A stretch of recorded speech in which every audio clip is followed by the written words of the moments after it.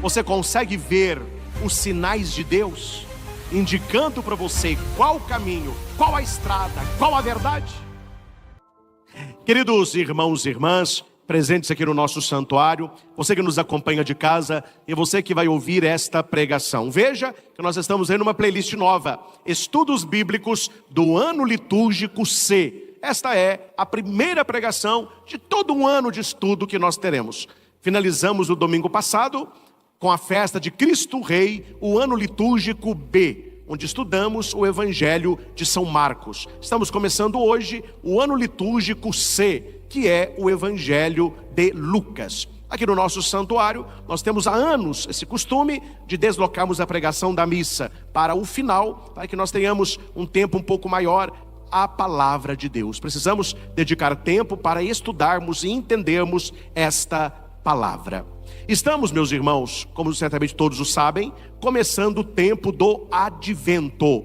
Advento é um presente, é um retiro espiritual que a igreja nos concede. Veja na sua vida, não precisa olhar só para a igreja não, veja na sua vida, tudo aquilo que é importante requer preparação.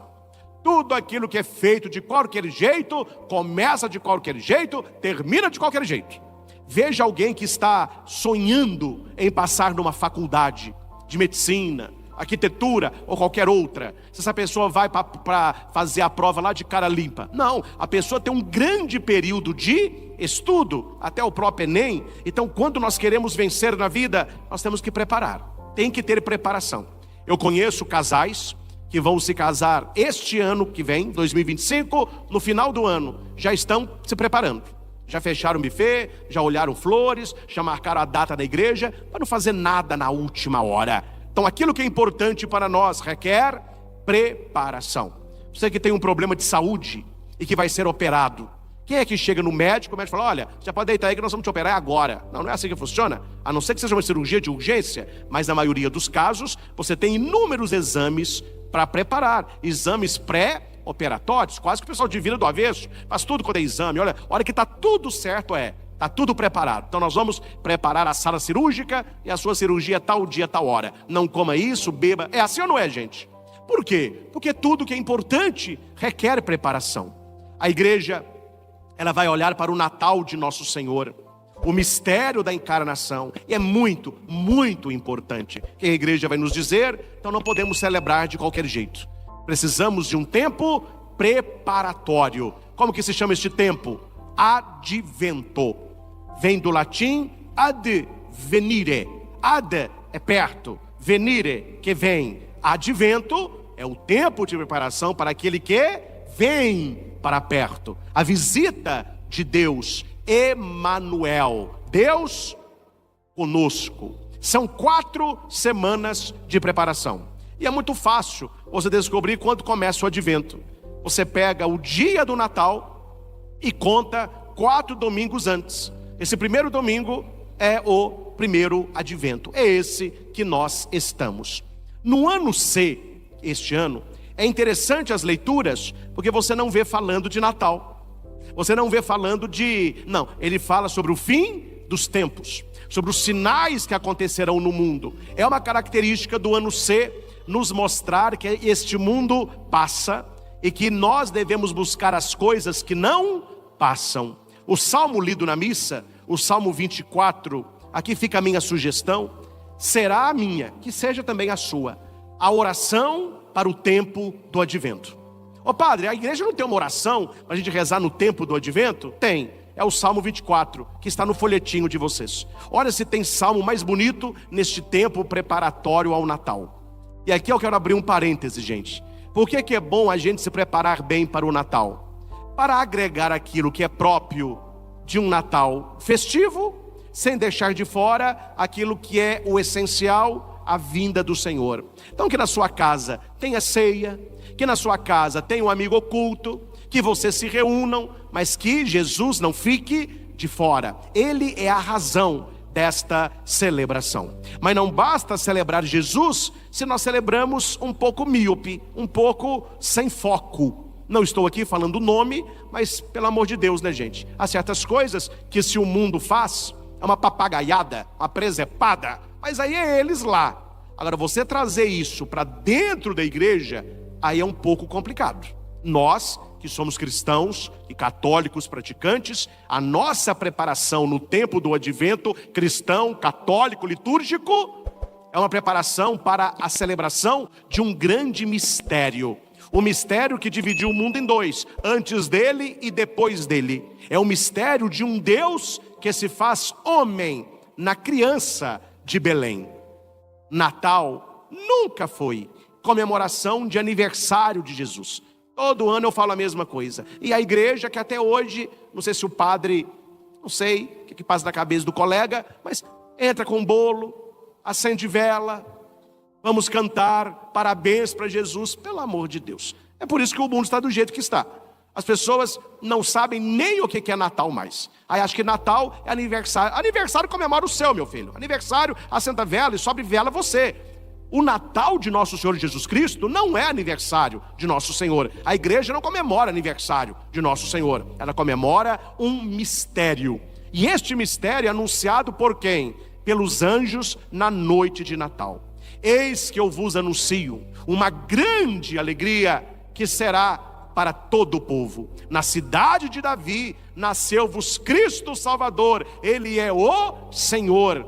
Encontrareis o menino envolto em faixas, com Maria sua mãe.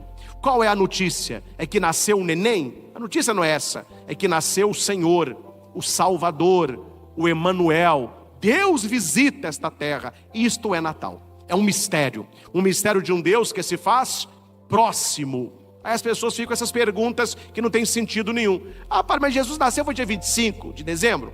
Esse salário que foi mais ou menos no mês de maio. Outros falam que foi em setembro. É que estão procurando celebrar aniversário de Jesus. A igreja não está preocupada com isso. A igreja celebra um mistério. E um mistério que toca a nossa vida. Quando nós celebramos o Natal do Senhor, nós celebramos o mistério dele em nós.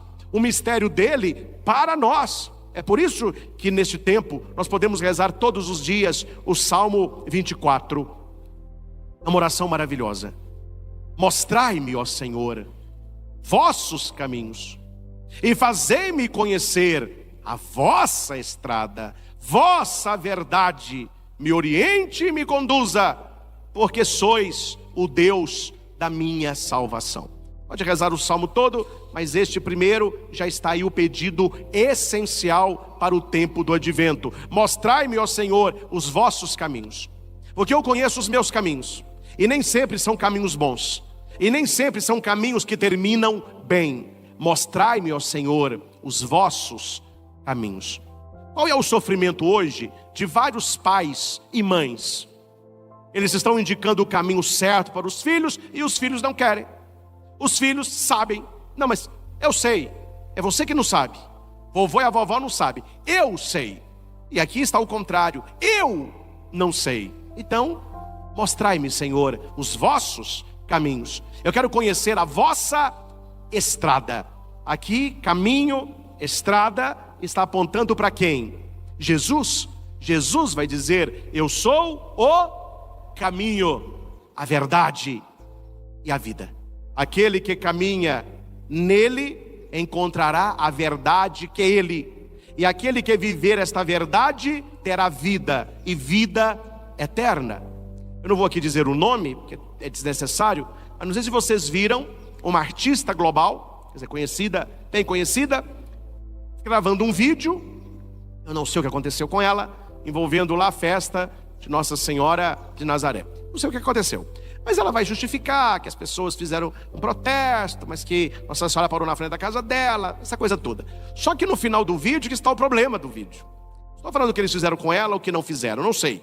Eu sei que o final do vídeo ela diz assim: esse pessoal ainda não descobriu que não existe verdade. Existe a minha verdade, existe a verdade do outro. Se cada um respeitar a verdade individual de cada um, todo mundo vive bem. Esse é o discurso que agrada e que está por aí. Não existe uma verdade. O que existe? A minha verdade, a sua verdade. O que você acha é verdade. Não existe uma verdade, existe a sua verdade. Aí vem o caos que nós estamos, essa bagunça social em que vivemos. cada pessoa mais louca que a outra, e ninguém fala nada. Não, ele está vivendo a verdade dele. E aqui eu posso brincar com um pouco da Bíblia, né? Dizendo que o pai do relativismo, quer dizer, não existe uma verdade, é Pôncio Pilatos. Nós vimos no domingo passado, ele de frente com a verdade, que é Jesus, ele pergunta para Jesus, o que é a verdade? Ou seja, existe verdade? Eu fico vendo alguns vídeos, salas de aula de faculdade, pessoas fazendo mestrado, pessoas escrevendo livros, discutindo lá se existe verdade. No final da discussão, sempre a conclusão é a mesma. A verdade, ela é pessoal. A verdade, ela acontece na sua vida. Aí, meu filho, você está vendo o que está acontecendo, né? Você está vendo o que está acontecendo. O menino chega para a mãe e fala, mãe, eu descobri a minha verdade, eu descobri o que eu sou. Você sabe o que você é até hoje? Não, descobri agora. O que você é? Eu sou um coati. Eu descobri que eu sou um coati. Não, eu sou um lobo. Não, eu sou um beija-flor. Ninguém descobre que é um trabalhador ou um estudioso, só descobre essas coisas, né? Quer dizer, e ninguém pode falar nada, por quê? Porque nós estamos vivendo a ditadura do relativismo. Não existe verdade absoluta, existe a sua verdade. E seja ela qual for, está valendo. O que a Escritura vai nos dizer? O Salmo continua. Vossa verdade me oriente e me conduza, porque sois o Deus da minha salvação. Quem é a verdade absoluta? É Deus. E é Deus quem vai dizer, isso pode, isso não pode. Isso te leva ao céu, isso não te leva ao céu. Isto confere ao ser o que é do ser, verdade. Isto confere ao ser o que não é do ser, mentira. É por isso que lá no jardim do Éden, Deus tinha falado, vocês podem comer de qualquer árvore, não comam dessa. E a serpente vai falar com Eva, sabe o que Deus disse para você não comer dessa? Por quê? Porque você será como ele, você vai conhecer o bem e o mal. Não é? Está na Bíblia ou não está? Antes de comer a árvore, o ser humano conhecia o quê? O bem, o amor, a conexão com Deus. Quando entra o pecado, ele se arroga entre o que é bem e o que é mal. Aí eles são expulsos do paraíso porque eles se perverteram. Veja a briga hoje, numa mesa de almoço, lá no seu trabalho, na sua família, a cabeça das pessoas entre aquilo que é certo e aquilo que é errado. Vocês não notaram ainda que a maioria das pessoas não sabem mais o que é certo e o que é errado? Elas não sabem mais o que é lícito e o que é ilícito. Elas não sabem mais o que é pecado e o que é santidade. Misturou tudo. Tem um amigo meu, ele trabalha na Polícia Federal e ele atua nesse pessoal que vai tirar carteira, examinador. Aí ele disse que um dia ele viu uma menina muito nervosa e ela dirigindo, ela viu nas mãos dela uma letra D e uma letra E. Ela no volante assim. Ele perguntou, o que é isso escrito na sua mão aí? Para eu não ficar nervoso, que eu confundo este D de direita, este E de esquerda. Ele falou, olha, você pode parar o carro, minha filha. Já levou pau. Você não sabe nem o que é direita e esquerda, como você quer dirigir um carro? Ou seja, quando Jonas, ele é enviado para Nínive, para destruir aquela cidade, o que é que Deus diz para Jonas, depois que ele fez a pregação? Eu tenho pena deste povo que não sabe a diferença entre a mão direita e a esquerda. Meu filho, se você perdeu a noção do que é certo e errado, se você perdeu a noção da verdade de Deus, você começa a ter verdade própria. Aí eu tenho a minha verdade. Aí eu tenho o meu jeito de viver. Para mim isso não é verdade, para mim isso não é mentira. A crise maior que nós estamos vivendo disso aqui, as pessoas que não querem a verdade de Deus as orientando, as conduzindo, elas querem a verdade da turma, a verdade do mundo, mas não querem a verdade de Deus. O mais difícil hoje, estou falando eu como padre, é uma dificuldade que eu tenho. Se alguém pergunta, padre, me fala uma dificuldade da sua vida de padre. A minha dificuldade hoje, da minha vida de padre, é atender confissão de um povo que não sabe mais confessar. De um povo que não sabe mais a direita, a esquerda, que não sabe mais o que é pecado e o que é santidade. A pessoa vem confessar, a pessoa nem se prepara. Qual o seu pecado, meu filho? Espera aí, você nem precisa pensar, que eu já falo um 7. Não precisa nem pensar. Veja, as pessoas não se preparam para as coisas de Deus. Estamos na preparação para o Natal e precisamos nos prepararmos bem para uma boa confissão. Aí a pessoa vem confessar e ela ainda vomita no meu ouvido. Ah, padre, isso aí para mim não é pecado não. Eu falei, meu filho, o que você acha não fede e não cheira. A sua opinião não conta aqui. O que é pecado é o que a Bíblia diz que é pecado. É o que o Decálogo diz que é pecado. É o que a igreja mostrou. Isso aqui é pecado. Se você acha que não é, e se você não quer se converter, você não precisa nem se confessar. Vai viver como pagão, vai viver a tua vida.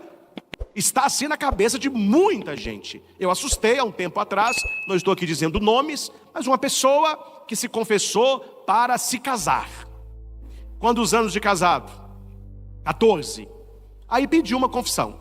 Aí o pessoal marcou direitinho, né? Eu geralmente peço para a secretária falar, peço a pessoa se preparar. Agora eu já estou passando como é se prepara, que as pessoas não sabem. Então a gente tem que ensinar também. Então eu passo. Aí veio a pessoa se confessar. Aí veio com alegria, eu também a recebi com alegria. Falei, mas que bênção, hein? 14 anos sem confessar, o céu está em festa. Ô padre, que beleza. Eu achei que o senhor ia até xingar. Falei, não, meu filho, ia xingar se você não confessasse. Isso é você se confessar é uma alegria. Ah, padre, eu estou até mais calma. Falei, que maravilha. Então podemos começar? Ô, padre, vamos lá. Tá bom. Muito bem, minha filha. Nesses 14 anos sem confissão, quais são os seus pecados? Ah, meu pecado? Aí eu fiquei nervosa com meu filho. Acho que eu falei um palavrão. É falta de missa. Falta de paciência com o marido.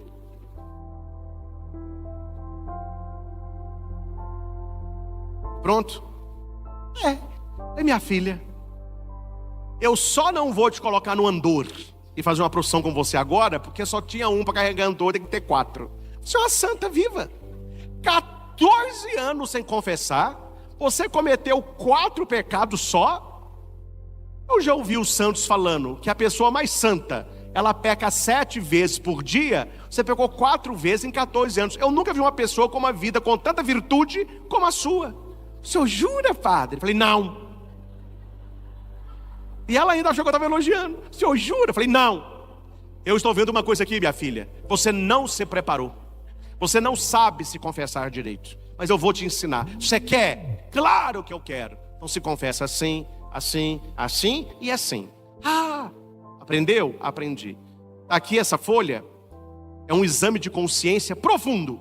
Como você não confessa há 14 anos, tem que dar uma faxina geral. Aí eu perguntei para ela assim, você limpa a sua casa quantas vezes por semana? Só tirando o pó e passando a vassoura só nos caminhos todo dia. Mas uma limpeza mesmo é toda semana. Então a moça que vai lá em casa falou, olha, então você limpa a sua casa toda semana e pelo menos o caminho tirar pó todo dia.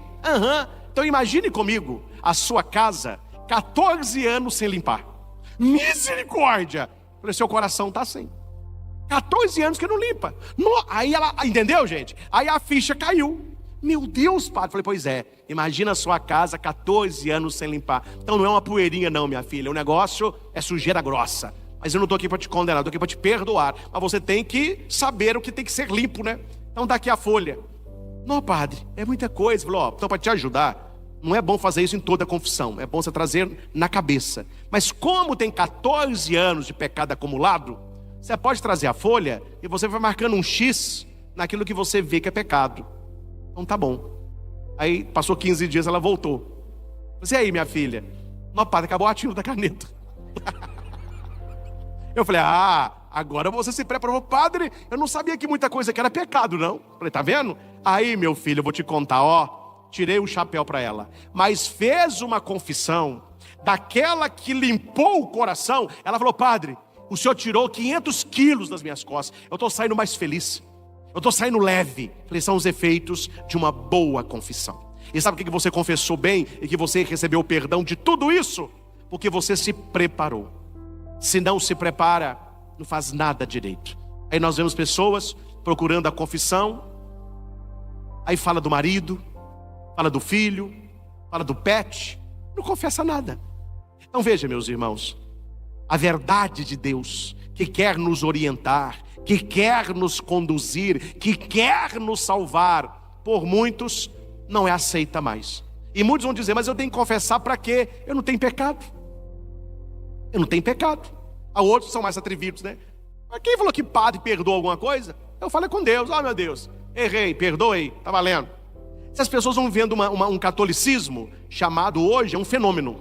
A igreja está tentando responder a este fenômeno, mas é aquilo que nós chamamos de self-service religioso. O que é self-service? Você vai no restaurante, pega uma bandeja, pega um prato, e você vai passando perto da comida, não é assim? O que você vai pôr no seu prato? Pelo que você gosta. Ah não, arroz não estou comendo, estou de regime. A salada eu gosto. A macarrão não, carne eu gosto. A beterraba eu gosto, a pepino não gosto. E jiló está longe. Ah, isso aqui eu gosto. Aí você vai e pesa o prato. O que é self-service? Eu coloco no prato que eu gosto. Tem muito católico self-service. Aí eu vou à missa. Mas isso que a igreja fala, eu não gosto não. Isso que a igreja defende, eu não concordo não. Isso que o Papa fala, eu também não gosto não. O que ela acha? Que ela vai pôr no prato aquilo que ela gosta. E o que ela não gosta? Tem quem goste. Eu não gosto. E isso, quando a pessoa não faz um sincretismo religioso, ela não vê problema nenhum. Nenhum. Ela vai à missa no domingo. Segunda-feira, ela faz uma macumbinha de leve. Terça-feira, ela vai numa sessão espírita e conversa com a alma da avó. Quarta-feira, ela vai na Universal para levar um passe, para tirar um encosto. Quinta-feira, ela vai na Batista, que ela gosta do Ministério de Música. Sexta-feira, ela faz um trabalho nas encruzilhadas. Sábado, ela descansa para começar no domingo com a missa de novo. E quando você fala com a pessoa, mas você está louca fazendo isso? Você tem preconceito, padre? Você discrimina outras religiões, padre? É o discurso do mundo nosso. Ou seja, não existe, padre, verdade. O senhor tem a verdade católica, eles têm outra verdade. E eu vou nelas todas. Tudo é de Deus, tudo leva para Deus. É tudo a mesma coisa. Vocês estão entendendo o que está acontecendo? É isso que está acontecendo. E o problema é quando este tipo de vida não é orientada e corrigida pelos ministros da igreja, que têm a obrigação de fazer isso. Porque eu tenho um peso sobre mim, que é ajudar você a se salvar, a salvação da sua alma. E eu já tenho os meus pecados, meu filho. Você acha que eu quero levar o seu? Você que se lasque com o seu aí. Eu estou lutando para me salvar e orientando o caminho da salvação. Um dia, Deus vai me chamar. A morte chega para todos. Neste dia, eu não quero ser chamado de omisso. Ah, padre, o senhor sabia e não falou? O senhor não orientou o povo? O senhor entrou num disco, esse pecado eu não tenho. Falou, orientei, preguei a verdade, mostrei o caminho. Se seguiram ou não seguiram, foi opção deles. Eu preguei. Mostrai-me, ó Senhor, vossos caminhos. Você vai na missa para quê? Para conhecer o caminho de Deus. Fazei-me conhecer a vossa estrada. Vossa verdade me oriente e me conduza, porque sois o Deus da minha salvação. Quem é motorista aí e usa GPS, eu não sei dirigir em BH, nossa capital. Eu sei ir a lugares em BH, é diferente. Você ir no lugar, não é você saber dirigir lá dentro. Se eu saio dirigindo lá, eu não sei onde eu estou. O que é que eu ligo? GPS. O GPS me ensina uma coisa fantástica, que eu comentava ontem com um casal que foi comigo em Cajuru, lá no Manzotti. Você põe o GPS no carro, aí ele te fala, comecemos. Você começa a andar com o carro. Primeira, à direita. A 300 metros, pegue a terceira saída na rotatória. Uma pessoa soberba, o que ela vai falar? Ah, GPS, cala sua boca. Eu vou pegar o caminho que eu quero. Tá bom, meu filho. Você pode pegar o caminho que você quer, mas você não vai chegar aonde você deseja. Concordam? E o GPS, ele é um orientador fantástico. Ele podia ser até diretor espiritual. Que é quando você erra, ele não fica te julgando na cara que você errou.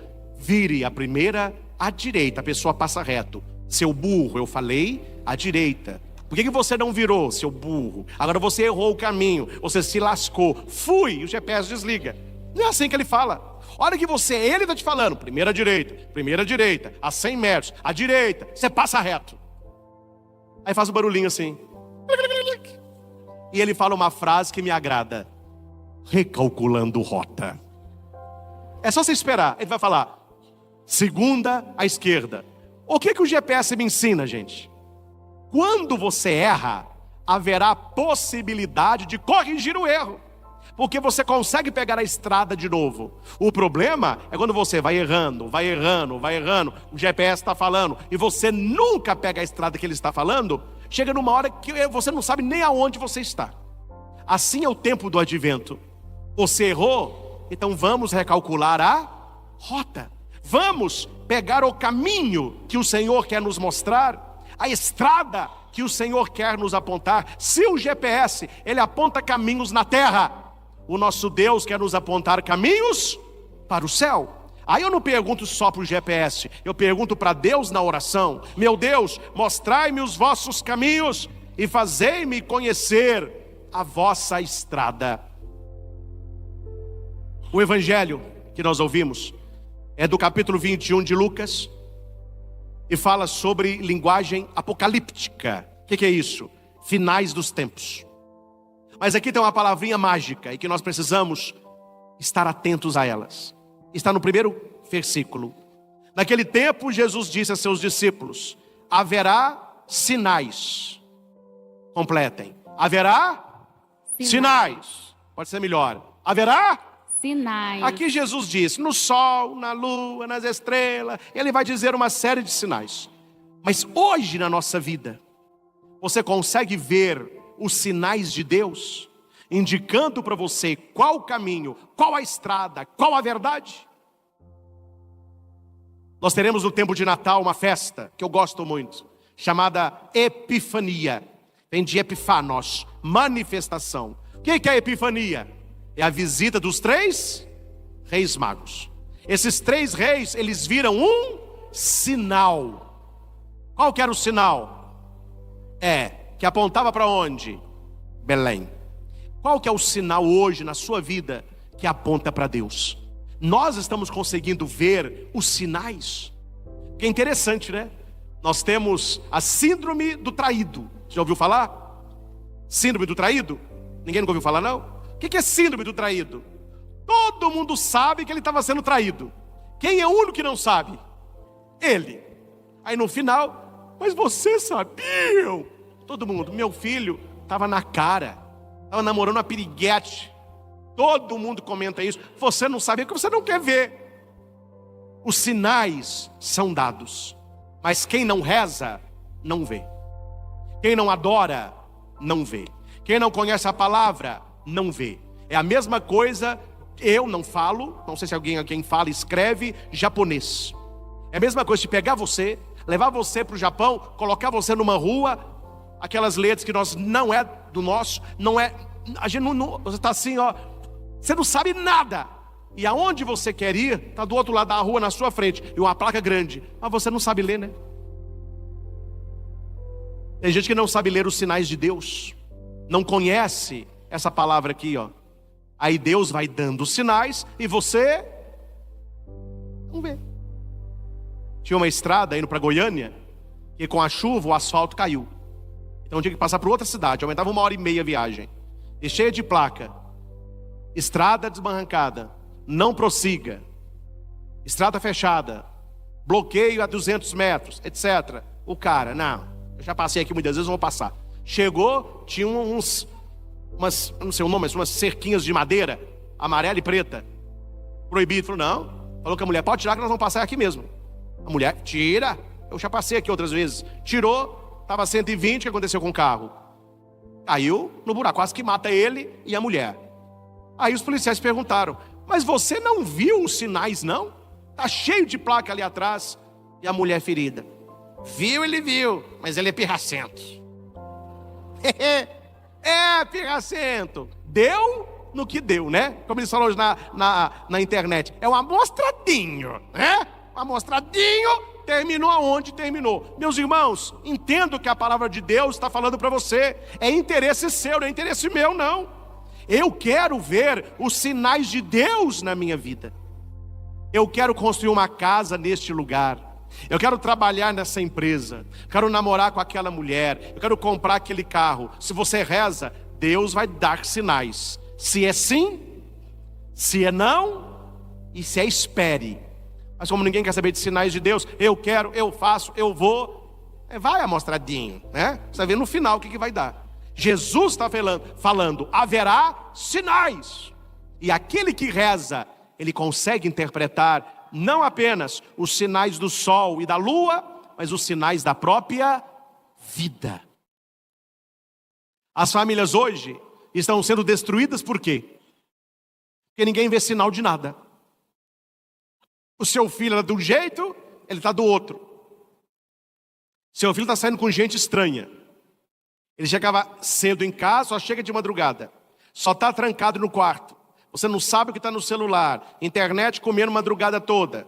Depois você sente cheiro de mato verde queimado. Fala, o que está acontecendo com esse menino? Um sinal atrás do outro. E os pais, dois babaca, Hora que o leite entorna, mas como que a gente não viu? Os sinais são dados. Os sinais são dados. A pessoa sente uma dor do lado, ai, passou. Na outra semana, nossa, essa foi mais forte. Até que está lá, com uma operação de urgência, apêndice furado, a confusão da... O médico falou, mas você não sentiu dor nenhuma até hoje, não? Não, doutor, tem uns 2 meses que não para de doer. Peraí, mas os sinais foram aí, você não procurou nada, não? Não, assim como a dor vem, ela vai. Os sinais foram dados. Os sinais foram dados. A mulher trata o marido mal, ou o marido tratando a mulher mal, já não se beijam mais, não tem mais relação, não conversam, já não dormem na mesma cama. O marido chega, a mulher finge estar dormindo, já não conversam. Aí o marido começa a ver a mulher, ela está fazendo uma dieta, ela já está com roupa bonita, está passando batom, ela está saindo toda sexta-noite, sábado sai com as colegas, está almoçando fora, o marido está mais bonitão, está mais musculoso, está saindo, está usando perfume, comprou roupa nova. Gente, os sinais estão sendo aí, E a pessoa... Estão me entendendo, gente? Sim ou não? Os sinais são dados, sim ou não? Mas é preciso o quê? Jesus está falando. Haverá sinais. Felizes aqueles que sabem interpretá-los. Tem sinal na sua vida pessoal, tem sinais no seu casamento, tem sinais na sua família, tem sinais no seu trabalho. A gente fala, não, padre, eu assustei, eu fui despedido. Meu filho, se você voltar, teve vários sinais antes. Chamar de atenção, não chega na hora, fala demais, mexendo no lanche dos outros na geladeira, levando para sua casa coisa da empresa. Aí, chega numa hora, sinais. Mas quando essas coisas começarem a acontecer, os sinais de Deus, não é para que fiquemos com medo. Quem ouve o Evangelho, fala, meu Deus, quando chegar esse dia, eu vou tremer de medo. Não. Quem tem que tremer de medo são os ateus. Quem tem que tremer de medo são os que não têm fé.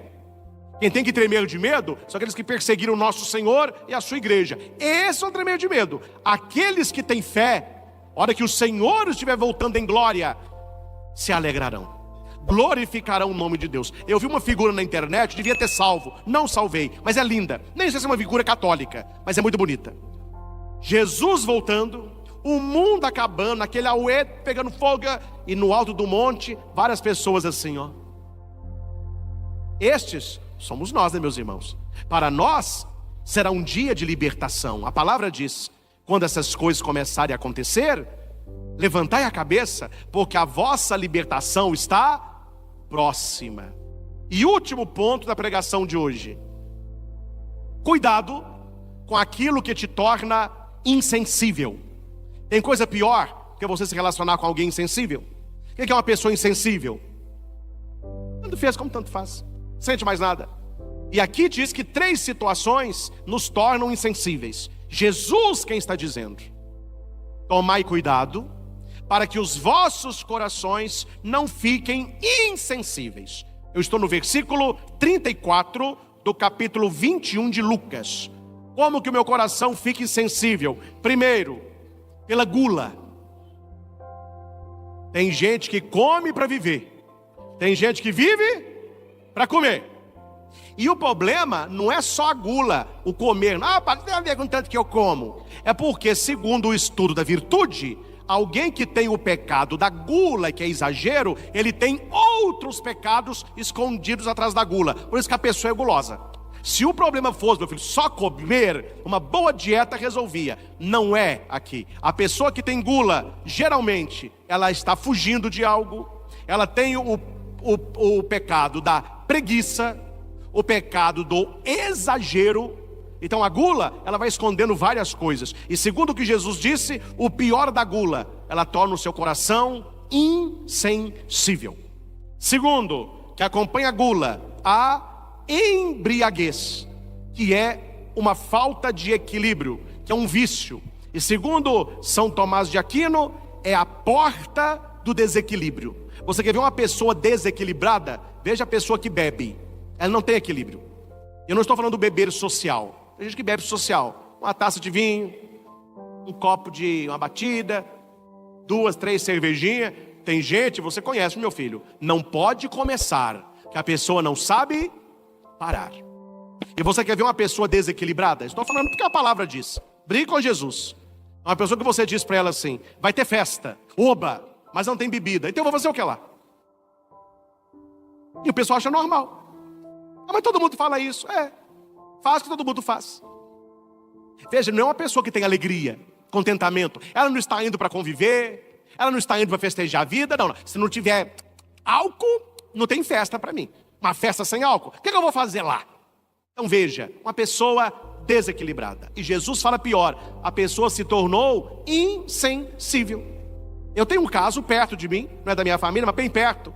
Aniversário de 5 anos do menino. O pai está se livrando do vício do álcool, então, sem bebida. Chamaram a família toda. Um irmão dela, que é, como que é, né? Um irmão dela. E o avô do menino, que não fica atrás, não foram. Por que não foram? Eu vou fazer o que no aniversário? Tem bebida? Vocês viram um coração insensível? O neto, meu filho, que se lasque. O menino, não estou nem lembrando de menino. Eu quero beber. Se não tem álcool, eu não vou. E não foram. Tem coração insensível aí.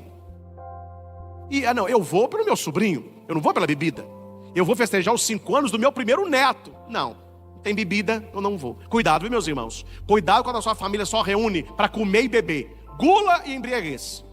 E aqui, me desculpe a franqueza, tem muito Natal com coração insensível. Não colocam um menino no presépio, mas é um povo que come e bebe, achando que o mundo vai acabar. E Jesus está falando aqui: esse pessoal se tornou com coração insensível por causa da gula e embriaguez. É um povo que come e que bebe, me desculpe, parecendo um leitão no chiqueiro. E a pessoa está comendo e está pensando: o que tem de sobremesa? Cadê o panetone?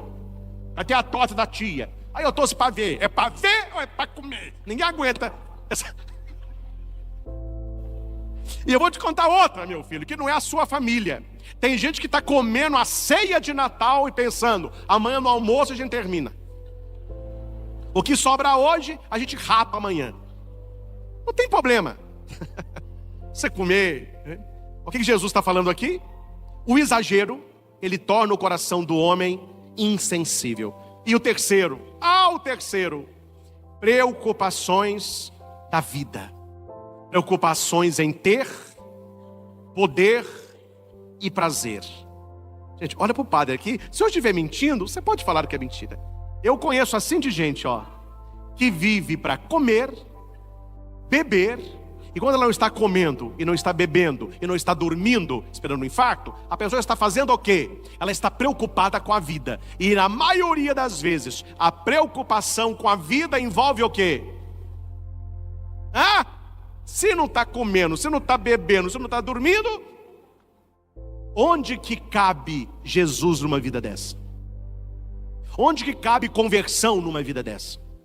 Onde que cabe Espírito Santo numa vida dessa? Onde que cabe santidade numa vida dessa? Não cabe. E outra, e esse discurso de Jesus não é para o que estão no mundo, porque o que estão no mundo, meu filho, eles comem, eles bebem, se preocupam com as coisas, e vai que atua. Mas o discurso de Jesus é para nós que estamos na igreja. Quantas vezes nós temos esta preocupação? E não é uma preocupação aqui que não se possa fazer no equilíbrio. Vamos fazer uma ceia de Natal, por que não? Vamos umas coisas gostosas, por que não? Nós temos as coisas da nossa vida, só que o problema da gula, da embriaguez e da preocupação da vida, eles tomam o lugar de Cristo. Lembrem da parábola do semeador. A palavra é sufocada pelas preocupações da vida. E Jesus vai dizer: ficai atentos e orai. Atentos e orai. Repita comigo: atenção e oração. Atenção e oração. Oração e atenção. Oração e atenção. Orai e vigiai, para não cairdes em tentação. O espírito está pronto, mas a carne É fraca. é fraca. Jesus está nos ensinando a nos prepararmos bem para o advento deste ano. Não torne o seu coração insensível. Olha o que Jesus disse, você tem que entender o que Jesus está dizendo. Jesus falou que comer torna o coração insensível, sim ou não? Sim ou não? Não, gente, você vai morrer de fome, meu filho. Tá vendo? Por isso que eu falo, o pessoal ouve pregação, mas não entende nada que padre fala. Tá tudo aí, ó, não entende nada. Onde que eu disse na homilia que comer é pecado? Onde que eu disse na minha pregação que beber é pecado? Onde que eu disse que você não tem que cuidar da sua própria vida? O problema aqui é o exagero. Uma coisa é você comer, outra coisa é você ter o pecado da gula. Uma coisa é você beber, outra coisa é você se embriagar. Jesus, nas bodas de Caná, ele ofereceu para aqueles noivos mais de 600 litros de vinho. E você não vê Jesus trocando as pernas. Ou seja, ele com os discípulos beberam vinho, mas eles não se embriagaram. Ah, padre, eu não vou me preocupar nada com a minha vida mais. A partir de hoje, eu vou ficar só esperando. É, meu filho, é boleto chegando, é conta chegando, é água, é luz. Nós temos as coisas da vida. Nós temos que comer, nós temos que beber. Mas a coisa aqui é o exagero, é o desequilíbrio, é o vício que vai tornando o coração insensível. Quer ver só uma coisa boa como fica ruim? Cuidar da saúde é bom? É. Fazer exercício é bom? É quem não gosta tem que fazer. É bom. Ir na academia é bom? É bom. Só que tem gente que vive para isso. A pessoa está viciada no corpo dela. Ela se idolatra. Até eles estão pondo hoje espelho à prova de... Que se deixar a pessoa pula nela mesmo. Ela faz exercício e fica assim, ó. Ela se baba. Que desequilíbrio, né, gente? Todo desequilibrado. Uma coisa boa pode virar uma coisa ruim quando perde o... Então, entendeu o que é o advento? É um tempo que Deus quer o quê? Equilibrar a nossa vida. Equilibrar o nosso coração. Equilibrar as nossas escolhas. Que Deus nos abençoe. Que Deus abençoe a sua vida. Leia de novo as leituras deste primeiro domingo do advento. Principalmente o Evangelho. Peça a Deus que Ele te mostre os sinais. Não tenha um coração insensível por causa da gula, da embriaguez e das preocupações. E busque ter atenção e oração. O Senhor está para chegar. Louvado seja nosso Senhor Jesus Cristo, para sempre seja louvado.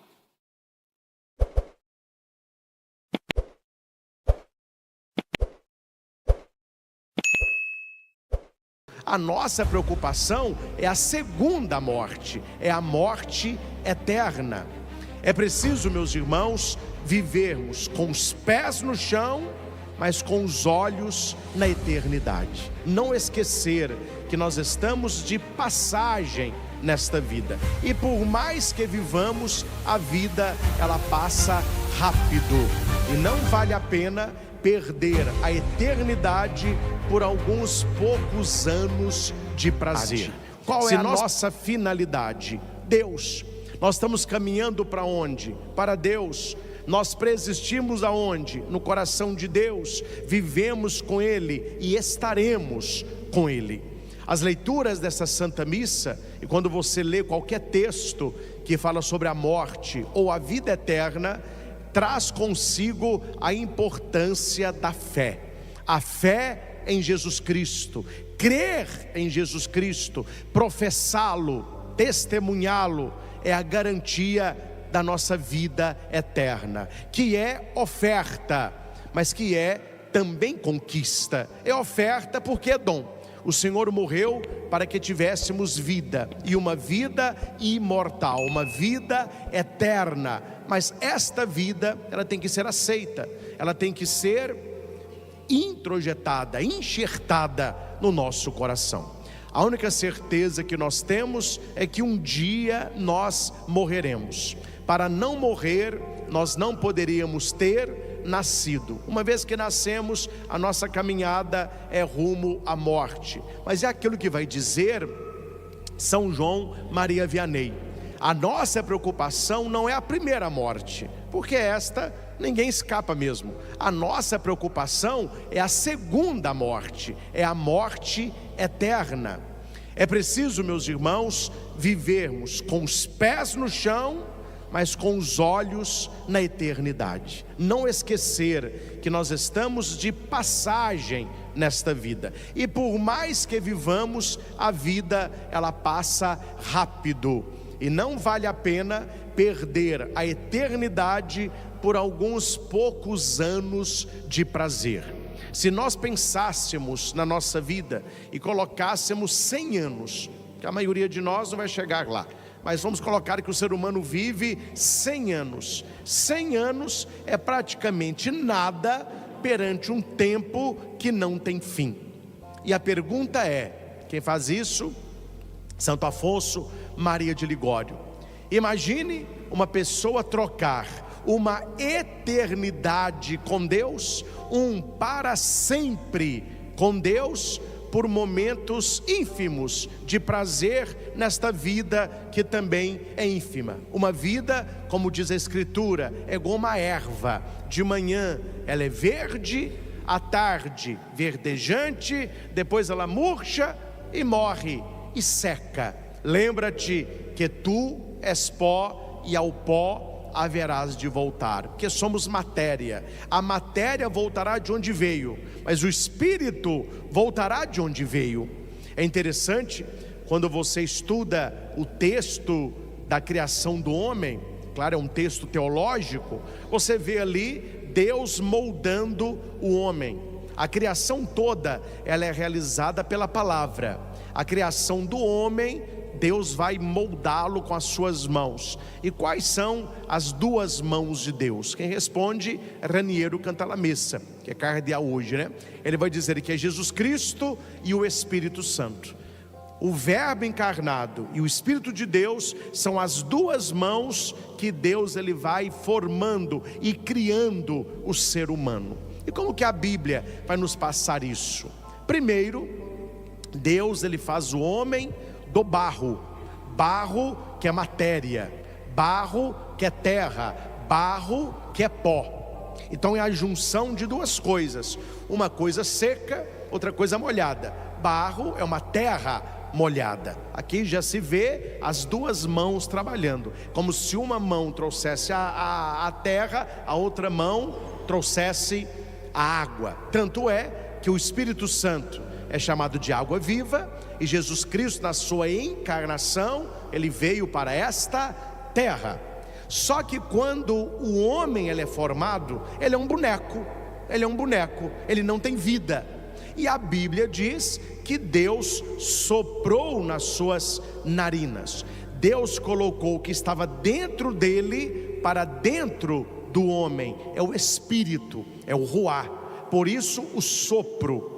É por isso que quando Jesus, numa das suas aparições ressuscitado, ele vai soprar sobre os discípulos. É por isso que Pentecostes veio um vento impetuoso no cenáculo. Eles ficaram cheios de Deus. É a presença de Deus, é o sopro, é o hálito de Deus. Então Deus, quando sopra, ele coloca dentro do homem o que estava dentro de Deus, e o ser humano se torna um ser vivente.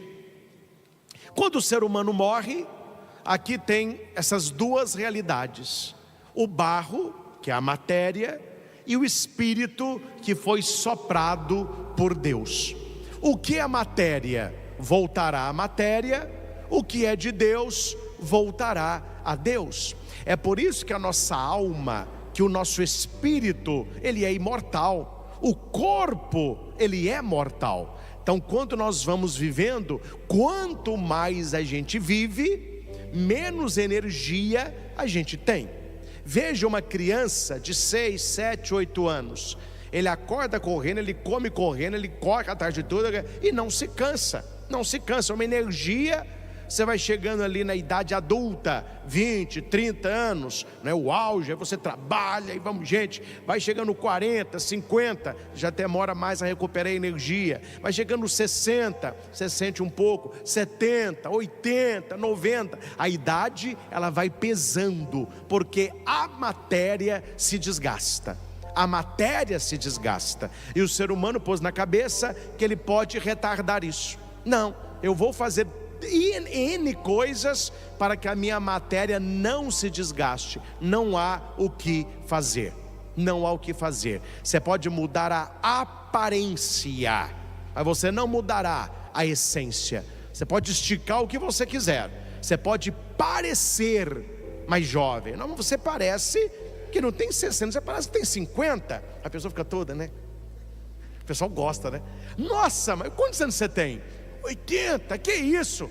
Te dava uns 65. Isso é aparência. A aparência, meu filho, você pode retardar vários anos, mas a nossa idade cronológica, ela cobra. E um dia, este tempo findará. É o tempo cronológico, é o tempo do relógio. Cada dia vivido é um dia a mais de vida, mas é um dia a menos do que já se passou. Isto é matéria. A matéria haverá se de desgastar. E Deus é muito bom, porque Ele nos forma nisso, na matéria que nós lidamos com ela, aquela matéria fora de nós. Veja lá, a sua casa, o seu carro,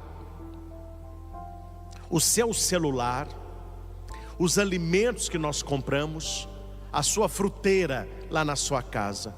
Tudo isso está nos formando, que as coisas vão se deteriorando. Você arruma sua casa, a casa está toda nova. Basta passar alguns anos, infiltração, luz que queima, fechadura que estraga. Você vê que as coisas vão se estragando. Celular novo, nossa, meu celular é novo, aquele cuidado todo. O tempo vai passando, ele passa a ser não novo mais. Você compra um carro, nossa, o meu sonho, carro zero. Ih, meu filho, passa um tempo, tem que mandar para revisão, é pneu que fura, você já dá de olho num outro modelo. Comida então, aí é o caos. Faz a comida, se come. Pouco tempo depois, ela azeda, ela estraga. A fruta, ela amadurece. Se você não comer, ela apodrece. Isso tudo acontece por quê? Para ir nos formando, que assim como a casa, o carro, o celular e os alimentos, nós também vamos nos deteriorando. Só que conosco é mais lento, é bem lento, e é tão lento que a gente não vê a mudança. Você olhava no espelho há alguns anos, nós éramos jovens, aí você olhou, você era um adulto jovem. Aí quando você não, um adulto maduro, começou a aparecer um cabelinho branco, a barba. Falei, mas como que foi? Eu não vi essas coisas acontecendo. É muito lento, é muito sutil, mas é um processo que não se para. Se eu não posso, atenção, parar o processo da morte física, eu posso me preparar para receber a vida eterna. Uma vez que o corpo deteriorado, ele chega ao fim e ele vai ser sepultado. Ali é um corpo, não tem mais vida, chama-se de cadáver. A palavra cadáver, a palavra que a gente não gosta de usar porque é feia mesmo, né?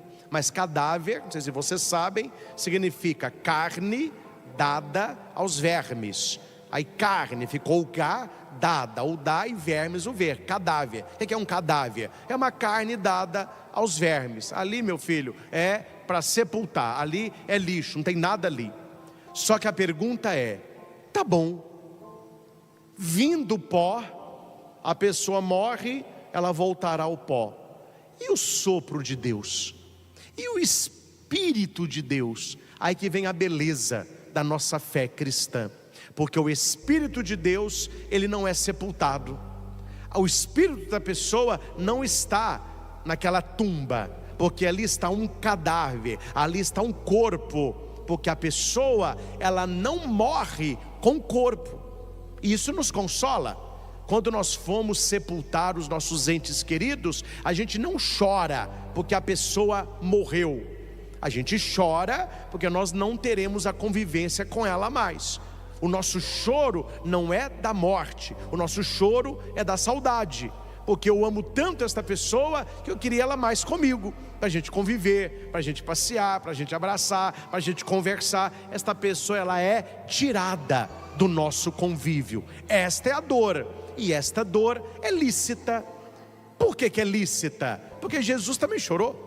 Quando eles contam para Jesus que Lázaro faleceu, Lázaro era um grande amigo de Jesus, Jesus chorou. É o menor versículo da Bíblia, só tem essas duas palavrinhas: Jesus chorou. Não há versículo na Bíblia menor que esse, e não há versículo maior que esse.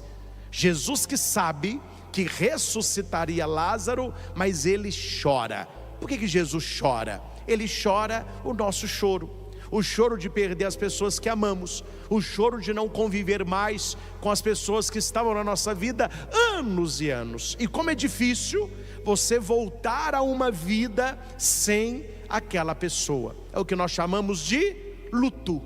Há lutos que duram poucos dias, há luto que vai durar um pouco mais. O certo é que, com a graça de Deus, a dor haverá de passar e ficará a saudade e a lembrança. Aquela dor do luto, ela tem início, meio e fim, porque a nossa própria vida de fé e a nossa própria mente vai se configurando na palavra de que nós não enterramos quem amamos, nós enterramos um corpo sem vida, porque o Espírito que foi soprado por Deus voltou para o Senhor. Isso nos consola. E depois da morte física vem o julgamento particular. É aí, meus irmãos, que nós devemos gastar tempo. É por causa da vida eterna, é por causa desse julgamento particular, é por causa do céu, e é também por causa da condenação eterna que nós fazemos o que fazemos enquanto cristãos católicos. Jesus, claro, como Deus, ele tinha uma inteligência que ultrapassa qualquer inteligência humana. E o que Jesus ele faz para nos ajudar? Porque Jesus não quer complicar a nossa entrada para o céu, ele quer facilitar o máximo. Tanto é que, se ele quisesse complicar, ele tinha falado: olha, existe uma vida eterna, e vocês vão ter que descobrir como é que se entra lá, como é que se vive lá. Não, ele não deixou esse enigma, ele explicou com clareza: faça isso, não faça isso, seja assim, não seja assado, pratique isso, não pratique aquilo, siga os mandamentos, creia na palavra, testemunhe. Ele mostrou como é. A Bíblia é como se fosse um manual. Como alcançar a vida eterna? O manual nós temos nas mãos, é só seguir o manual. Mas a vida eterna, ela já inicia nesta vida, como o inferno, ele já inicia nesta vida. Jesus vai dizer: o que adianta o homem ganhar o mundo inteiro se ele perde a sua alma, se ele perde a vida eterna? E nesta facilidade que Jesus nos propõe, além da palavra, ele nos deixou a igreja. E por que nós frequentamos igreja? Porque a plenitude da santificação, para a nossa santificação, foi concedida a ela, como nossa mãe, como nossa mestra, nos sacramentos. É por isso que nós temos os 7 sacramentos da igreja. São sinais sensíveis da graça de Deus que nos santificam. Por isso que, quando a criança ainda é neném, ela é levada para o batismo, santificação nas águas. Nós procuramos a confissão para quê? Para o perdão dos pecados mortais, porque o pecado mortal nos rouba o céu, o pecado mortal nos condena ao inferno. Nós temos a Eucaristia, receber Jesus na hóstia consagrada todos os dias se quisermos. Porque aquele que comunga permanece em Deus, Deus permanece nele, já é o céu em nós. O casal que se ama, o matrimônio. Aqui, um parênteses, as pessoas precisam prestar atenção. Eu não vou entrar nisso, que não é o tema da pregação, mas muitas pessoas católicas têm na cabeça que matrimônio é casamento. Não é a mesma coisa. O que é um casamento? Casamento, duas pessoas se unem, elas vão morar na mesma casa, elas vão trabalhar, elas têm férias, elas brigam, elas têm relação, elas vão aumentando o patrimônio, elas dormem, viajam, enfrentam problema, um fica doente, o outro cuida, compra um pet, né? Vai conhecer a Disney, é isso aí, compra um carro, vende um carro, e vamos gente, vai estudando. As pessoas acham que matrimônio é para você viver as alegrias da vida com alguém. Não, isso é casamento, meu filho. Casamento qualquer um vive. Matrimônio é você estar com esta pessoa buscando o céu. É você estar com esta pessoa numa vida de santificação. O matrimônio é um caminho de santidade, como é o sacerdócio. A minha vocação não é matrimonial. Eu não me casei, eu me ordenei padre, e eu vou me santificar aonde? No sacramento da ordem. As pessoas que têm a vocação ao matrimônio vão santificar aonde? No matrimônio, junto com a sua mulher, junto com o seu esposo, um santificando o outro, o casal santificando os filhos. Matrimônio é santidade, casamento é convivência. Por isso que as pessoas que só se casam, quando a convivência não está bem, elas largam esse e pegam outro, para ver se melhora. Ah, não deu nesse, aí eu vou pegar um outro também. Não vou falar um nome, porque eu não estou dando muito dinheiro para processo não pode falar a verdade, né? Mas vocês conhecem artistas que já se casaram 13, 17, 21 vezes.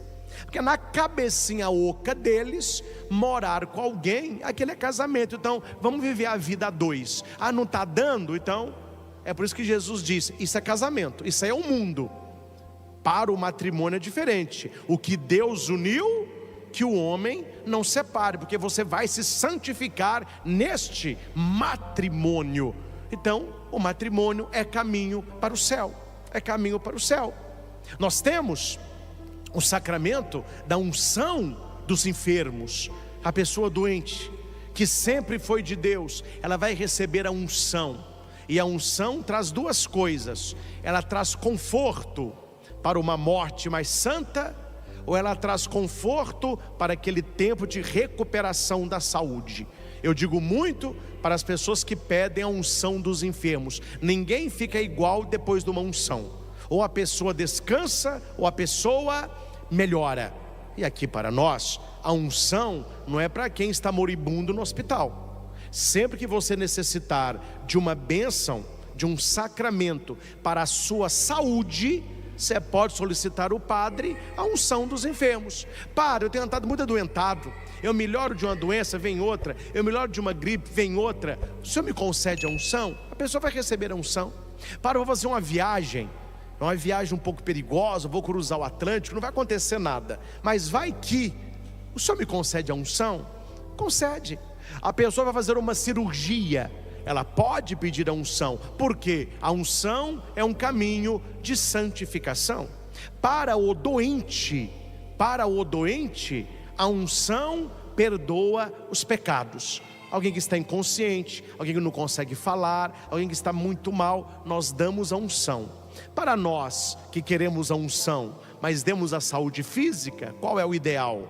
É a confissão e depois você pede a sagrada unção. Então essa santidade que Deus nos pede para que tenhamos esta vida eterna, ela passa pela vida sacramental. Por isso é importante a Eucaristia. Por isso é importante que o cristão católico frequente a sua igreja pelo menos aos domingos. É por isso que não cabe na nossa cabeça o cristão católico que diz: não, eu sou católico, mas eu não preciso de igreja. Eu sou católico, mas eu rezo em casa. Eu sou católico, mas as minhas orações são com o meu Jesus. Ele está se afastando, não é da igreja enquanto templo, ele está se afastando da vida sacramental, que só acontece, e só acontece na igreja. Então ele está abrindo mão dos meios de santificação que Jesus entregou à sua igreja para facilitar a nossa santidade de vida. Os nossos entes queridos, que viveram a vida como nós, na fé em Jesus Cristo, na prática da sua palavra, que buscaram ser amigos de Deus na vida, certamente continuam amigos de Deus após a morte. Aqui fica muito claro, e o catecismo vai dizer isso de maneira muito explícita. Está no catecismo, no parágrafo 1037, 1037. Quando as pessoas dizem assim, atenção, porque você tem que saber responder essas questões. As pessoas dizem assim: você acha que, ajude aqui para mim, você acha que Deus na sua bondade, que Deus na sua onipotência vai condenar alguém ao inferno? É claro que não, né? Pois é, então todo mundo vai para o céu. Não, a sequência não é essa. Deus, ele não condena ninguém ao inferno, mas a vida da pessoa, as opções da pessoa, as escolhas da pessoa já mostram se ela está vivendo para o céu ou se ela está vivendo para o inferno. Dom José Carlos, que foi o nosso bispo, hoje é arcebispo de Montes Claros, ele tem uma frase magistral: que ninguém vai assustar depois da morte. Que susto! Eu achei que eu ia para o céu, eu acordei no inferno. Mas que susto que é esse, meu caro? Você está assustando por quê? Não tem novidade nenhuma. Acordei no céu, que susto, eu achei que eu não ia conseguir. Ele vai dizer, não há novidade nenhuma, porque nós sabemos para onde estamos caminhando, nós sabemos o que estamos buscando, nós sabemos se a nossa vida é uma verdade para os homens ou é uma mentira para Deus. Com Deus não se barganha, com Deus não se negocia. Se você está vivendo a palavra, está cumprindo os mandamentos, nós estamos caminhando para onde? Para Ele. Se nós vivemos no pecado mortal, levando a vida do nosso jeito, nos nossos valores, nós estamos caminhando para longe dEle. Então no catecismo vai dizer, no parágrafo 1037, Deus não predestina ninguém ao inferno. Deus não condena ninguém ao inferno. Para isso, é preciso uma aversão voluntária a Deus. E o que é uma aversão voluntária a Deus? Pecado mortal. A pessoa que está em pecado mortal, ela pratica esta aversão voluntária a Deus. E se persistir nesta aversão até o fim, ela escolheu a condenação. Há uma passagem na minha vida que ilustra muito bem, eu acho que é o que é o reino dos céus. Eu não era seminarista ainda, tinha acabado de fazer o tiro de guerra. Aí estava lá em casa um dia com a minha mãe, meu irmão, né, lá, pessoal lá. Aí liga para mim o 53, que era um atirador na época. Ô 21, eu era o 21. Ô 21, vamos numa festa no Tropical. Eu consegui 2 ingressos. Falei, opa, demorou. Só que ele me falou o que era a festa. Aí, meu filho, eu coloquei uma calça jeans, coloquei um tênis, uma camisa de malha, né? Ele passou lá em casa marromeno do mesmo jeito. Lá fomos pro Tropical. O Tropical é um clube mais elegante, lá em Itaúna, né? Quando nós passamos na porta do clube, meu filho, as mulheres de vestido longo, os rapazes de esporte fino, sapato, nós olhamos e falamos assim, meu filho, ou nós vamos trocar de roupa ou nós vamos para outro lugar. Ele falou, vamos fazer o seguinte, vamos comer um sanduíche. Aí nós vamos para a prainha. Aí todo mundo estava de calça jeans e tênis. Ninguém falou para nós assim, não vai entrar, com essa roupa não entra. Não, quando você tem a visão beatífica, você olha o reino dos céus e você olha a própria vida, você haverá de dizer, é para mim, não é para mim. Aí tem aqueles mais atrevidos, né? Não, padre, não tem vergonha nenhuma. Eu entraria de tênis, calça jeans e camiseta. Mas aí tem uma história que Jesus contou que fala sobre os atrevidos. Que um rei convidou muitas pessoas para a festa de casamento do seu filho. As pessoas não quiseram ir. Cada um deu uma desculpa. O rei manda os empregados nas ruas convidarem todo mundo para a festa. Quando o rei, vocês conhecem a parábola, né?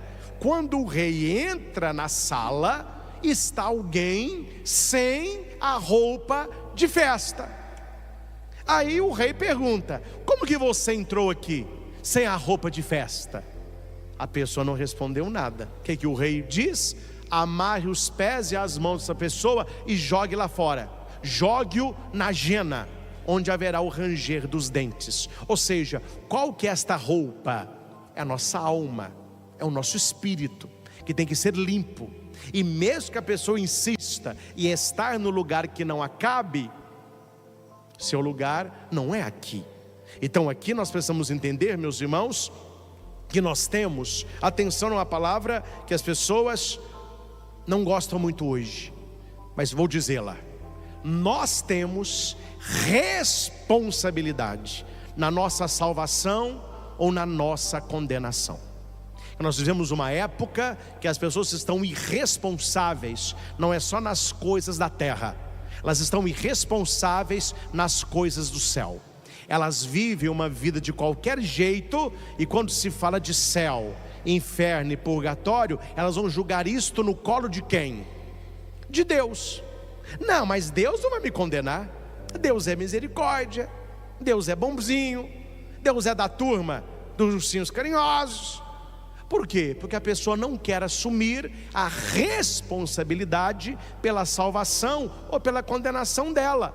É muito fácil a gente viver do jeito que quer e julgar as consequências na mão de Deus. Olha o que está escrito aqui. As afirmações, isso está em 10:36. As afirmações da Escritura, os ensinamentos da igreja acerca da condenação eterna, são um chamado à responsabilidade com a qual o homem deve usar a sua liberdade em vista do destino eterno. Você é livre para fazer o que quiser. Você pode fazer o que quiser com a sua vida, mas assuma a consequência. Seja uma pessoa responsável por aquilo que você faz. Atenção, que nós vivemos o tempo da misericórdia. Enquanto você está vivo, guarde bem isso. Espero que você não se lembre disso depois que você morrer. O tempo da nossa vida é o tempo da misericórdia. Então nós que estamos vivos, nós vivemos o tempo Esse tempo dura até quando? Até a morte. A morte põe fim ao tempo de conversão. Atenção, não se converte depois da morte. Não, a morte acabou. Quando você morreu, o livro fechou. Não tem como corrigir nada, não tem como escrever mais nada. Acabou o tempo. O Catecismo da Igreja diz, no parágrafo 10:21, a morte põe fim à vida do homem, como tempo aberto ao acolhimento ou à recusa da graça divina manifestada em Cristo. Qual é o tempo que nós temos para acolher Jesus ou para rejeitar Jesus? O tempo que nós estamos vivos, que é o tempo da misericórdia. Quando a gente morre, cessa a misericórdia e começa o quê? Ninguém sabe, né? A justiça. Deus é bom, mas é justo. As pessoas só falam de um Deus bom. Você já viu? Olha a palavra de artista, pessoal da mídia, pessoal que está levando a vida igual o diabo gosta. Tudo que eles falam, Deus é amor. Jesus pregou amor.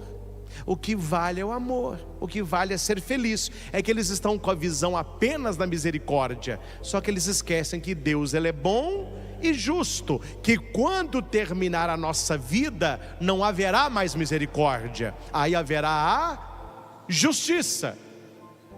Credo, padre, não, você não está vivo? Receba misericórdia, mude enquanto há tempo de mudar.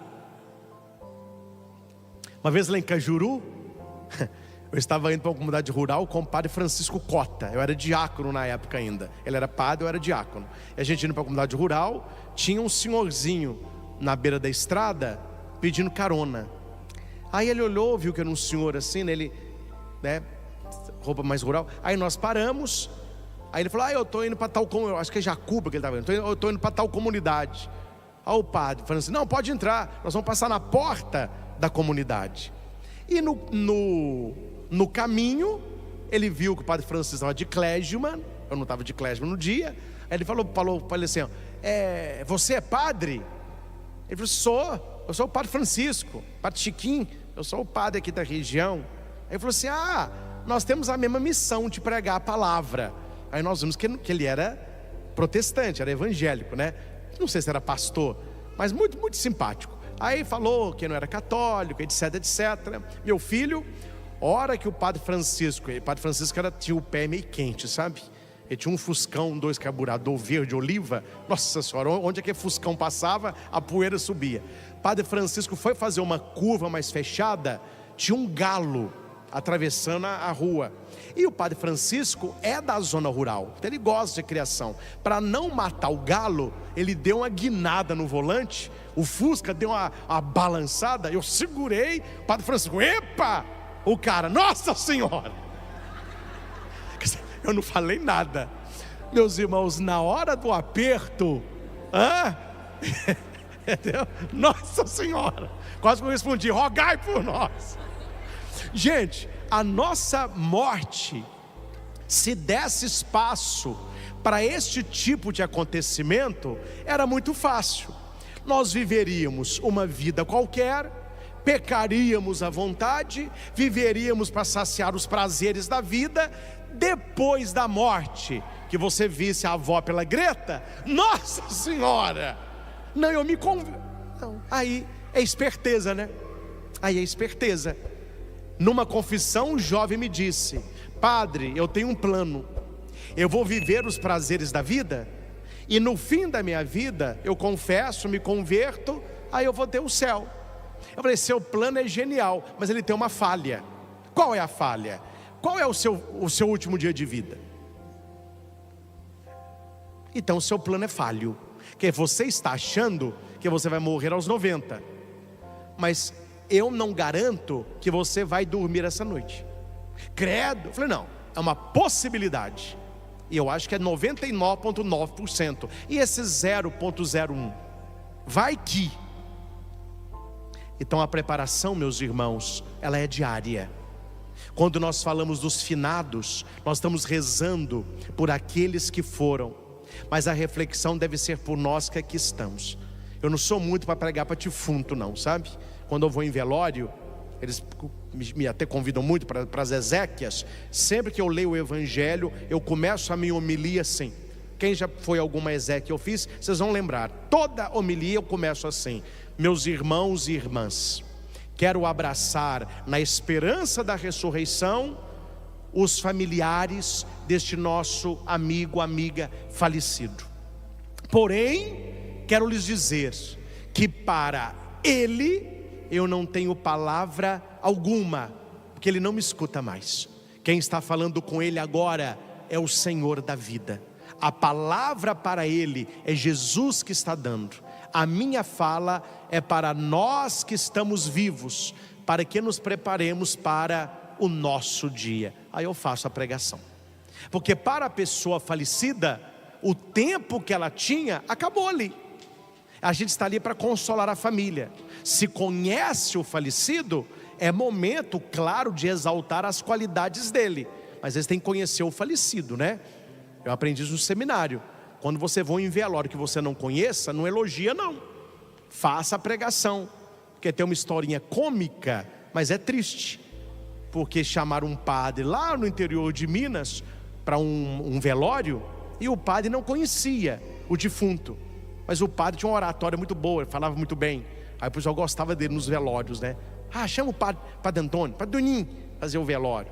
Aí entra o padre chega da viúva chorando, ele cumprimenta os filhos, a família mais distante. Aí ele começa: meus irmãos, estamos aqui para sepultar este homem maravilhoso, este homem que a sua honestidade brilha como farol na escuridão deste mundo das trevas e da esperteza.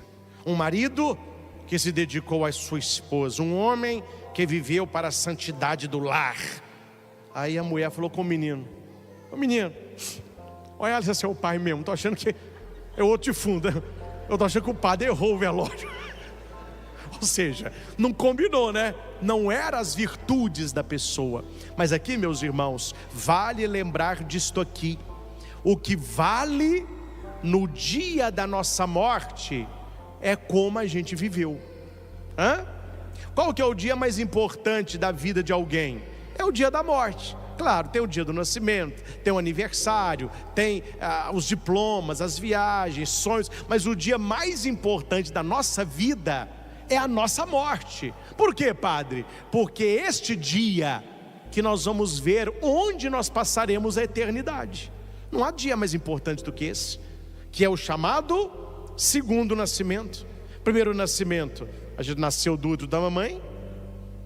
O nascimento para a vida eterna, a vida verdadeira, é depois da morte. Nascemos de Deus, voltamos para Deus. Por fim, eu quero apenas abordar com os senhores a questão: onde as pessoas da nossa família estão? Se é no céu ou no purgatório?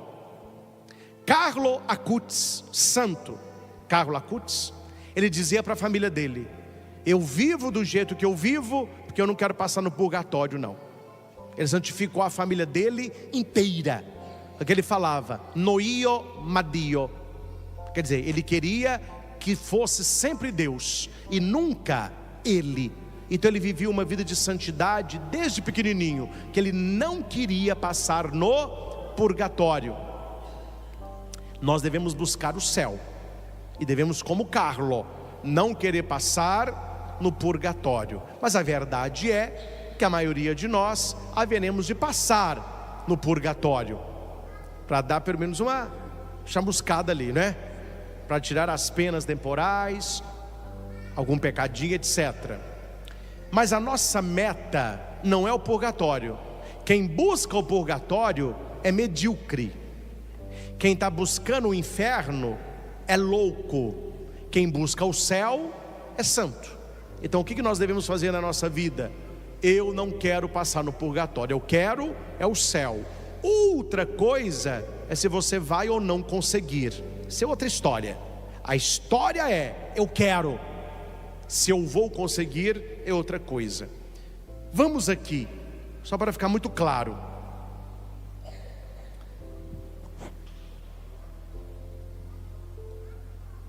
Deixa eu ler só aqui o 10:22, porque é interessante compartilhar com vocês. Quem está em casa e tem o catecismo, vai marcando esses parágrafos aí. 1022. Cada homem recebe em sua alma imortal, o que morre é o corpo, o espírito, a alma não morre, a retribuição eterna a partir do momento da morte, num juízo particular. O que é juízo particular? É você e a sua vida com Deus, particular, que coloca a sua vida em relação à vida de Cristo. É isso que acontece na morte. Claro que a gente não sabe direitinho como é, mas para a gente conseguir visualizar, é mais ou menos assim. Padre Christian morreu, vou para o juízo particular. Eu serei julgado pela minha vida em relação à vida de Cristo e a vida que Cristo tinha para mim. É como se eu olhasse no espelho e visse o Christian que eu deveria ter sido, e olhando para mim eu vejo o Christian que eu fui. Esta diferença é que vai me apontar se é céu, purgatório ou inferno. É a minha vida em relação à vida de Cristo, seja através de uma purificação, purgatório, seja para entrar de imediato na felicidade do céu, santidade de vida, seja para condenar-se de imediato para sempre, inferno. Então ali são 3 caminhos. Primeiro caminho, céu direto. Segundo caminho, purificação. Terceiro caminho, inferno direto. São esses 3 caminhos que nós temos. A pergunta é: padre, qual desses caminhos eu vou trilhar? Não é uma escolha no momento, a escolha já foi feita na vida. Ali é apenas o trilhar. Compreendem isso?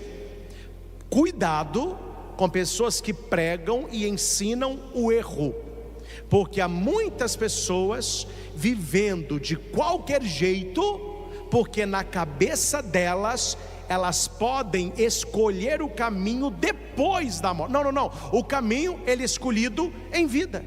O caminho não é escolhido depois da morte. Ajuda essa menininha aqui para mim, por favor. Ajuda aí. Vamos aqui.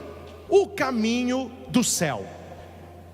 Os que morrem na graça e na amizade de Deus, e que estão totalmente purificados, eles vivem com Cristo para sempre. Eu vou repetir. Os que morrem na graça, o que é morrer na graça, padre? Sem pecado mortal, sem pecado mortal. Os que morrem na graça e na amizade com Deus. O que é amizade com Deus? Configuração aos valores de Deus.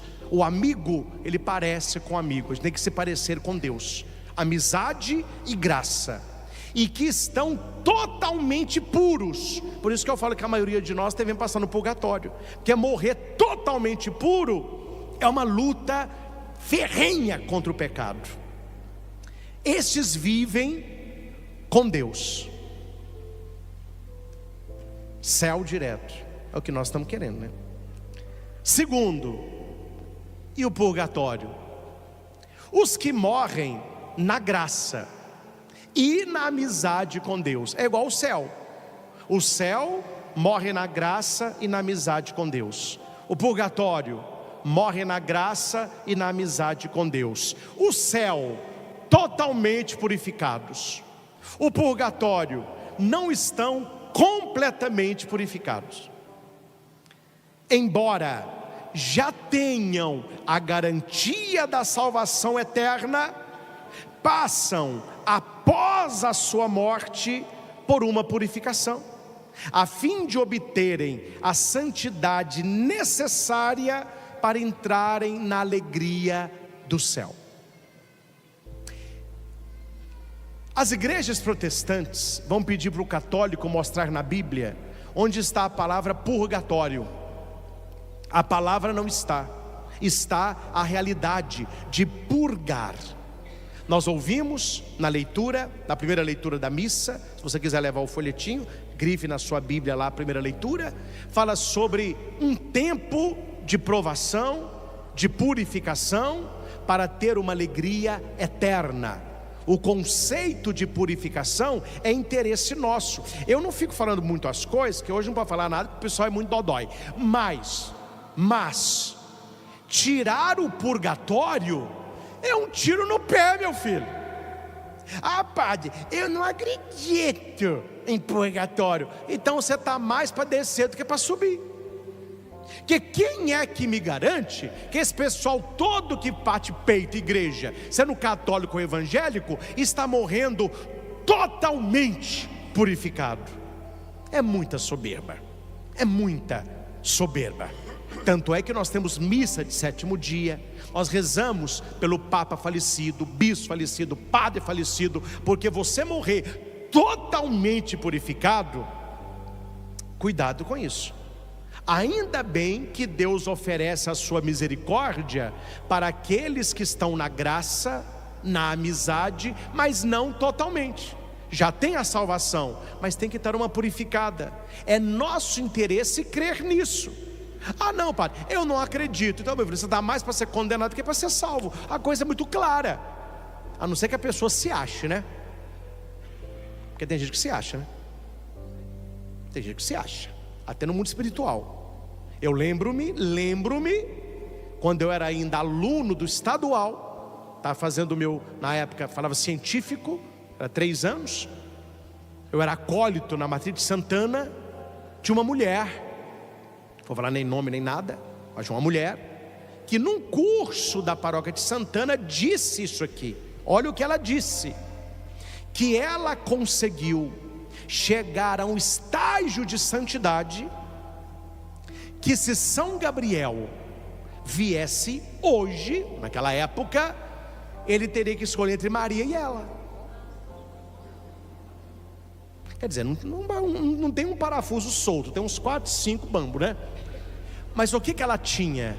Soberba espiritual. Não, eu sou uma santa viva. Se eu morrer agora, é céu. Então cuidado, porque a doutrina do purgatório é a misericórdia de Deus. Atenção, meus irmãos, as pessoas interpretam purgatório errado. O purgatório é a misericórdia de Deus, não para aqueles que viveram sem Deus. Os que viveram sem Deus é a terceira via. Nós estamos na graça e na amizade com Deus, mas não conseguimos chegar lá. Foi quase, bateu na trave. Purgatório. Ô padre, e o inferno? Vou só citar. Não podemos estar unidos a Deus se não fizermos livremente a opção de amá-lo. 10.033. Mas não podemos amar a Deus se pecamos gravemente contra Ele, contra o próximo, contra nós mesmos. Morrer em pecado mortal, sem ter se arrependido dele e sem acolher o amor misericordioso de Deus, significa ficar separado de Deus para sempre, pela própria opção. É um estado de auto-exclusão de Deus. É o que nós chamamos de inferno. Uma pessoa que não vive na graça de Deus, não vive na amizade de Deus, não tem como ela entrar imediatamente no céu, nem passar no purgatório, porque ela não vive nem na graça e nem na amizade. É o que a Bíblia chama de ímpio. É aquele que vive como se Deus não existisse. Meus irmãos, hoje, na missa de finados, nós queremos lembrar dos nossos entes queridos falecidos e rezar por eles, porque na maioria dos casos, onde eles estarão? Quando eu falo estarão, não é lugar, mas um estado, certamente purgatório. E nada tira mais almas do purgatório do que a Santa Missa. Nada tira mais almas do purgatório do que a Santa Missa. Lembre dos seus avós, os antigos. Eles tinham uma devoção muito forte pelas almas do purgatório. Minha avó era impressionante, já é falecida, vovó Alice. Ela tinha uma devoção às almas do purgatório. Tudo dela eram as benditas almas do purgatório. Agora, que tem mistério aí? Tem, porque ela não tinha despertador. Ela oferecia uma dezena do terço para que as almas do purgatório acordassem. Era só falar o horário. Os antigos tinham isso, era só falar o horário. Olha, precisa acordar amanhã 4h15. E eu peço as almas do purgatório. Ela rezava 4h15, a minha avó estava de pé. E meu avô contava que várias vezes ele acordava bem cedo. Ele fazia exercício no quarto, né? Por isso que ele viveu até mais. Ele teve algumas pontes safena, mas ele acordava, dava lá. Ele falava que via a minha avó deitada e fazendo esse gesto assim, ó. Até o cutucão a minha avó sentia. É a devoção às almas benditas do purgatório, que os santos tinham. Quando eu comecei a entender que os nossos irmãos falecidos precisam das nossas orações, eu nunca mais deixei de, na oração eucarística, rezar pelas almas do purgatório. Quem acompanha me escuta falar, não está no maior rezo, pelas intenções da Santa Missa, pelas almas que padecem no purgatório, e agora eu falo mais ainda, principalmente as esquecidas, que tem gente que faleceu, a família rezou ali o 7º dia e não reza mais não. Aí a pessoa fica no purgatório purgando, sendo que a missa é onde elas serão retiradas do purgatório.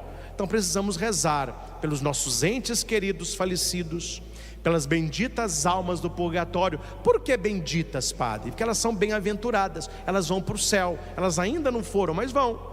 E para os nossos, e por aquelas que ninguém reza, que elas ficam lá clamando por oração.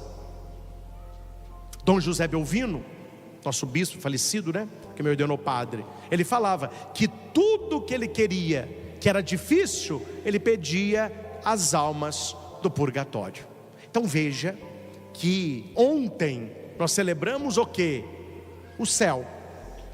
E hoje o purgatório. Por isso que é uma atrás da outra.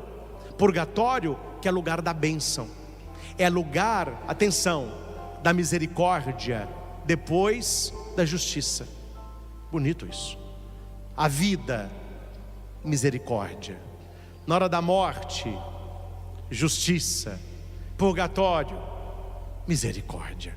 Para quem? Para quem está na graça e na amizade com Deus. Então hoje, meus irmãos, ficam essas duas lições para nós. A primeira, rezar sempre pelos nossos entes falecidos, marcar missa por eles, no dia do nascimento, no dia da morte. Você sonha com pessoas falecidas, geralmente a pessoa está pedindo oração, marque a Santa Missa. Sentiu muita saudade de um ente querido falecido, marque missa por esta pessoa, participe da missa, peça na missa a consolação, e para que esta missa santifique esta pessoa, né? E segundo, nós um dia vamos morrer também. Talvez um dia estaremos no estado de purgatório também. Se rezarmos hoje por aqueles que lá estão, um dia alguém rezará por nós. Então, meu filho, viva uma vida que mereça oração pela saudade e não alívio pela ausência, né? Porque infelizmente há pessoas que quando morrem, a própria família diz, graças a Deus, pelo menos a gente sabe onde que está. Nossa, que pessoa difícil. Não, a nossa morte tem que ser sentida, tem que ser chorada, tem que ser lamentada. Como o canto diácono Nelson Correia, né, da Canção Nova. Só se tem saudade do que foi bom. E se eu chorei, não foi de fraqueza, foi porque amei. Então assim deve ser a nossa vida, uma vida intensa, uma vida cheia de vida, para que as pessoas chorem no dia da nossa morte. Não é pecado chorar pelos entes queridos. Já escutei muita besteira em velório. Não chora não. Não chora não, porque não é seu pai, né? Não é sua mãe, então não chora não. Pode chorar à vontade, porque é um ditado medieval que eu gosto muito. Quando você nasceu, todos sorriam e você chorava. Neném, viva de tal modo para que quando você morrer, todos chorem. É um sinal de que você estará sorrindo.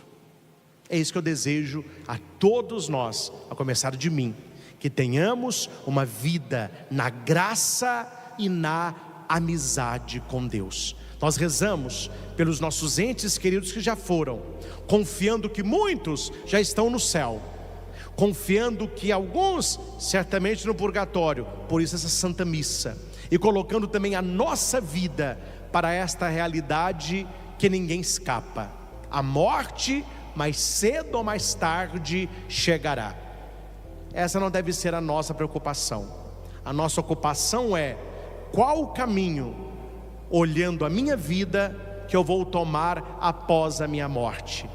Céu direto, a misericórdia do purgatório ou inferno direto? Tudo depende da graça e da amizade que estivermos com Deus. Eu convido a todos, você também que está em casa, a um momento de silêncio e de oração pelos nossos entes falecidos.